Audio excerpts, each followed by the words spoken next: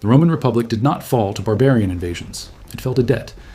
The machinery of the Republic, the Senate, the legal system, the principles of shared power, collapsed under the weight of obligations it could not meet. Wars were expensive. Conquests required armies. Armies required pay. The tax system could not generate sufficient revenue for the ambitions of an empire in perpetual expansion. So the politicians borrowed. They mortgaged the future. And as the debt accumulated, something unexpected happened. The accumulation of debt became a tool of political power more effective than any army. When Julius Caesar needed to consolidate control, he did not seize power through military force alone. He bought it through debt. He borrowed enormous sums, distributed them to buy loyalty, to soldiers, to the urban masses, to the provincial governors, and discovered that the debtor-creditor relationship could be weaponized as effectively as any sword. By the time the Senate realized what had happened, Caesar had already crossed the Rubicon. The Republic was finished. The empire had begun. We are living through the exact same transition. Not with swords, with spreadsheets, not with physical slavery, with digital slavery. The mechanism is identical. The scale is vastly larger. The sophistication is incomparably greater. And the outcome, unless recognized and resisted, will be the same.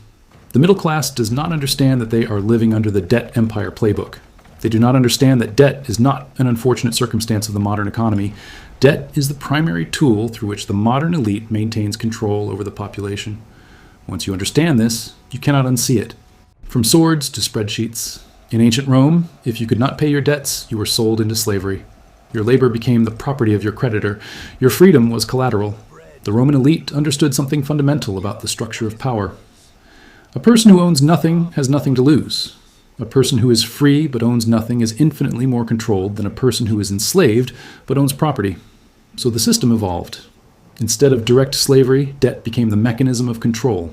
Debt to the landowner, debt to the moneylender, debt to the state. The modern version operates on the same principle, adapted for a digital age. Physical slavery has been replaced by financial obligation. Instead of being sold to a creditor, you are born into a system where debt is a precondition of participation.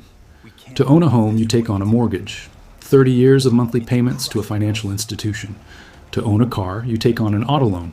To access education, you take on student debt. To conduct any major life transition, you incur financial obligation. The elite, the modern Caesars and Crassus, do not participate in the system in the same way. They borrow at near zero interest rates to buy productive assets and political influence. They use leverage to acquire wealth. The middle class borrows to survive, to buy shelter, transportation, education. The difference in how debt functions is the difference between slavery and freedom, between accumulation and stagnation, between control and autonomy. The system that produces this difference is not accidental. It is the deliberate architecture of the modern financial empire. Stage 1. The illusion of relief. Caesar understood that loyalty could be purchased more cheaply than it could be conquered. He distributed money to soldiers. He funded public works and entertainment. He created a social safety net that made the urban masses dependent on his continued power. The distribution of resources created a constituency that benefited from his rule and would defend it against the Senate. Modern governments use the identical mechanism. When an economic crisis arrives, when unemployment spikes, when housing foreclosures threaten, when the financial system trembles, the government response is not structural reform. It is monetary expansion. It is stimulus. It is the distribution of newly created currency to purchase loyalty and prevent social collapse. The 2008 financial crisis produced massive stimulus. The 2020 pandemic produced stimulus on an even larger scale. The Federal Reserve's balance sheet expanded from roughly $900 billion before the 2008 crisis to approximately $9 trillion by 2023. Trillions of dollars in newly created currency were distributed, ostensibly to address an emergency, actually to buy compliance and prevent the immediate political consequences of systemic failure. The public received stimulus checks. They felt relief. They felt supported by the state. What they did not understand was the mechanism of that support. The stimulus was not paid for through taxation or through genuine savings. It was created through monetary expansion, through the central bank purchasing government debt and thus injecting new currency into the financial system. The currency that arrived as stimulus was fresh money competing for the same quantity of goods and services that existed before the stimulus arrived. The result was inevitable. Prices rose, inflation accelerated. By the time the inflationary impact was visible in consumer prices, the political credit for the stimulus had already been distributed. The government and the Fed had purchased loyalty through relief. The population would absorb the cost through the degradation of their purchasing power. This is not accidental or unintended consequence. This is the deliberate structure of modern debt finance governance. The state purchases loyalty through monetary expansion. The population becomes dependent on continued expansion to maintain living standards. The state's power over the population expands proportionally to the dependence. Caesar bought the loyalty of Rome with distributions to the army and the masses. Modern governments buy loyalty through stimulus, subsidies, and the promise of continued monetary accommodation. The mechanism is identical. The medium is different. The outcome is the same. A population dependent on the state's continued willingness to spend, incapable of independent financial security, loyal not through choice but through necessity. Stage 2. The leverage game. Here is where the asymmetry becomes visible and brutal. The middle-class household goes into debt to purchase liabilities. A mortgage to purchase a house in a market where home prices are elevated by low interest rate monetary policy. An auto loan to purchase a depreciating vehicle at inflated prices. Credit card debt to bridge the gap between income and expenses as inflation erodes purchasing power. The debt is incurred to access goods that cost more because of the monetary expansion that allowed the creditor to access capital cheaply. The middle class borrows expensive money to buy expensive assets. The elite borrows cheap money to buy productive assets and political influence. A private equity firm borrows billions at near zero interest rates and uses that capital to acquire operating businesses, real estate portfolios, and infrastructure assets. The leverage allows them to control assets worth 10 to 20 times the capital they invested. When the economic environment is favorable, they profit from the operating cash flows of those assets. When they need liquidity, they refinance at the same favorable rates. A political figure or institution borrows to finance campaigns, to fund wars, to distribute to constituencies. The borrowing is financed through central bank accommodation and the taxation power of the state. The repayment is deferred indefinitely into a future that may never arrive.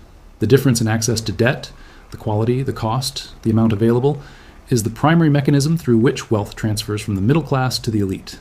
The working person who borrows at 8% to buy a depreciating vehicle is paying for the privilege of transport in a system designed by those who can borrow at near 0% to accumulate productive assets. The homeowner paying a mortgage at 5% in an environment of 3% inflation is paying real interest costs, while the elite borrower at 1% benefits from negative real interest rates, earning a return simply by borrowing and holding real assets. The debt system is not neutral. It is structured to extract from those with less bargaining power and distribute to those with access to the creditors who operate at the lowest cost of capital. This structure is maintained through the political influence that cheap debt has purchased. The central bank keeps rates low, not because it is economically optimal for the broad population, but because low rates benefit the asset-owning elite and prevent the debt servicing crises that would otherwise threaten the financial system the elite controls.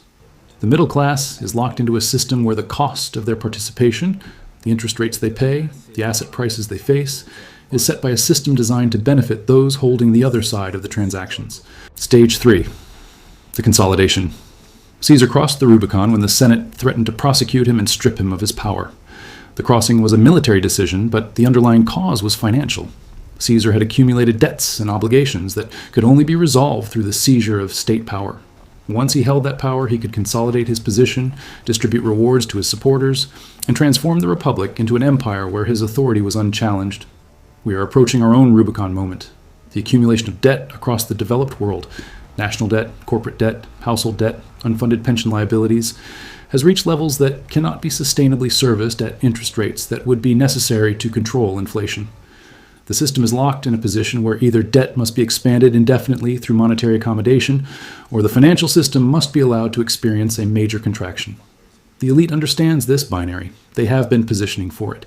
The purchasing power of the currency is being deliberately eroded to reduce the real burden of debt, while simultaneously concentrating real asset ownership among those who understood the transition was coming.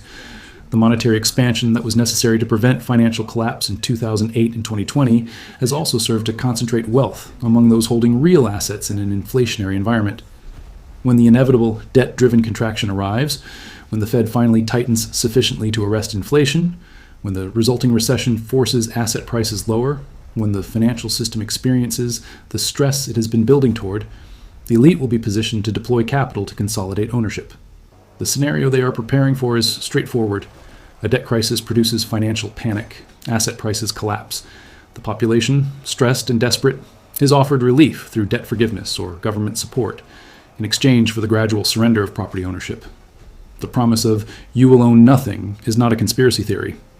It is the logical endpoint of a system where debt has been used as the primary mechanism of control, where the accumulation of debt has benefited the asset-owning elite at the expense of everyone else, and where the crisis produced by that accumulation will be resolved by transferring ownership from the middle class to the concentrated institutions that accumulated capital in advance of it. Caesar did not need to seize Rome by force. He needed only to accumulate sufficient power through financial distributions and debt relationships. Modern consolidation will follow the same pattern. Not through coercion, but through the inexorable pressure of debt and the concentration of capital among those positioned to survive the transition. History does not repeat, but it rhymes perfectly. The Roman Republic collapsed under the weight of debt accumulated to finance wars and political consolidation. The transition from republic to empire was gradual, legal, and completed through the exploitation of debt relationships rather than the overthrow of institutions. The modern republic, the democratic systems of the developed world, is experiencing an identical transition, not through military coup, but through the systematic use of debt as a tool of political control and wealth concentration. The difference between Rome and now is that Rome's elite at least maintained the pretense of restraint. Modern elites have largely abandoned even that pretense. The concentration of wealth, the expansion of debt, the use of monetary expansion to purchase loyalty while benefiting those holding real assets, these dynamics are documented, visible, and publicly discussed. What remains invisible is the recognition of where it leads. You cannot remain middle class in a system designed to concentrate that class's wealth into the hands of those positioned to exploit the system's inevitable collapse. You cannot maintain financial independence in a system where debt is the primary tool of control. You cannot achieve security through compliance with a system that is structurally extracting your purchasing power and moving it toward consolidation among those holding the tools of consolidation. The only defense is understanding the mechanism, recognizing the playbook, and positioning outside it, breaking the chains of debt, accumulating real assets outside the fiat system, building independence in the financial structures that will dominate the post-consolidation era. The system relies on your dependence. Wealth history. Vision is here to give you your independence back. Subscribe and stay awake in a sleeping world.